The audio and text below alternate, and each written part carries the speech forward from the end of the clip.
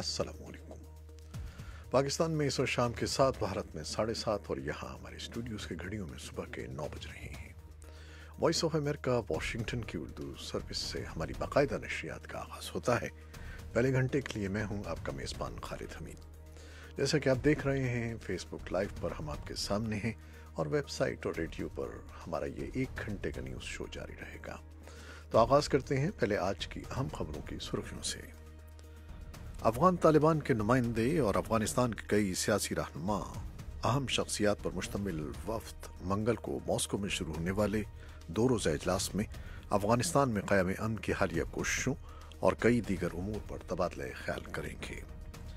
بلوچستان کے شمالی اضلاع میں پشتون تحفظ موومنٹ کے رہنما کی مبینہ ہلاکت کے خلاف آج مکمل شٹر ڈاؤن ہڑتال کی گئی ہے۔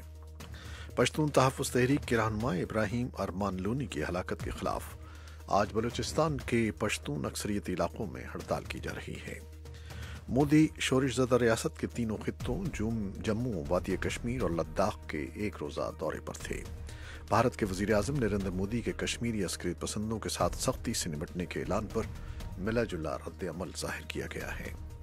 اتوار کے روز سین سیلویڈور کے سابق میئر نائب بوکولیکے نے ایل سیلویڈور کے صدارتی انتخابات میں کامیابی کا دعویٰ کیا ہے، اور اس ہفتے صدر ڈونلڈ ٹرمپ اپنا اسٹیٹ آف دی یونین خطاب کریں گے، اور 4 فروری کو یعنی آج کے دن سرطان کا عالمی دن منایا جا رہا ہے۔ یہ تھیں 6 سرخیاں، تفصیل کچھ دیر کے بعد۔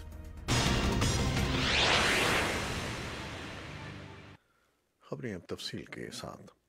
افغان طالبان کے نمائندے ماسکو میں افغان حزب اختلاف کے بااثر رہنماؤں سے منگل کے روز ملاقات میں افغانستان میں قیام امن سے متعلق 2 روز تک تبادلہ خیال کریں گے، تاہم افغان حکومت کے نمائندے اس کانفرنس میں موجود نہیں ہوں گے۔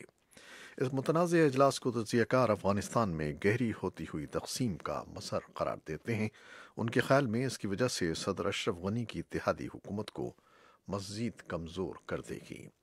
روس میں افغانوں کے بین الامن ملاقات میں امریکی حکام کے ان بیانات کے بعد ہو رہی ہے جن میں طالبان باغیوں کے ساتھ ہونے والی بات چیت میں اہم پیش رفت پر بات کی گئی ہے، تاہم ماسکو میں منگل کو شروع ہونے والے ان مذاکرات میں بھی افغان حکومت کے نمائندے شریک نہیں ہوں گے۔ طالبان افغان حکومت سے براہ راست بات چیت سے انکار کرتے ہیں، جسے وہ امریکہ کی کٹ پتلی حکومت قرار دیتے ہیں۔ پشتون تحفظ موومنٹ کے مرکزی رہنما ابراہیم ارمان لونی کے مبینہ قتل کے خلاف بلوچستان کے شمالی اضلاع میں آج مکمل شٹر ڈاؤن ہڑتال کی جا رہی ہے۔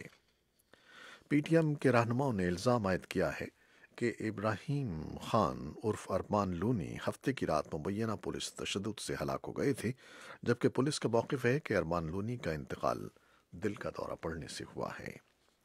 سانحہ ساہیوال پر لاہور ہائی کورٹ نے کہا ہے کہ بتایا جاتا ہے کہ یہ کارروائی کس کے حکم پر ہوئی۔ تمام ریکارڈ پیش کیا جائے، اگر کچھ رد و بدل ہوئی تو سب لوگ جیل جائیں گے۔ سانحہ ساہیوال پر جوڈیشل کمیشن بنانے اور جوائنٹ انویسٹیگیشن کے خلاف دائر درخواستوں پر سماعت لاہور کورٹ میں ہوئی ہے۔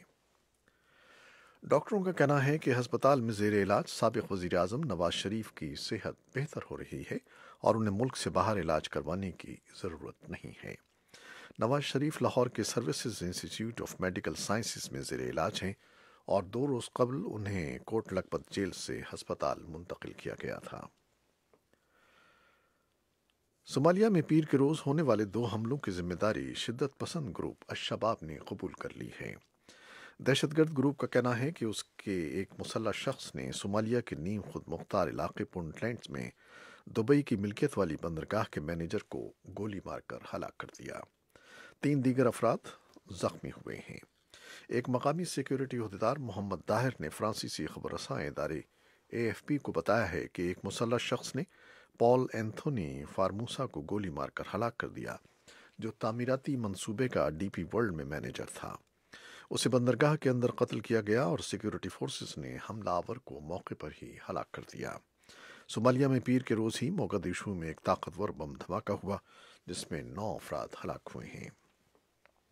اور فلپائن کی قومی پولیس کے سربراہ نے پیر کے روز بتایا کہ ابو سیاف کے 5 مشتبہ افراد نے عہدیداروں کے سامنے ہتھیار ڈال دیے ہیں۔ وہ جنوبی فلپائن کے رومن کیتھولک چرچ پر دوہرے مہلک بم حملوں میں ملوث تھے۔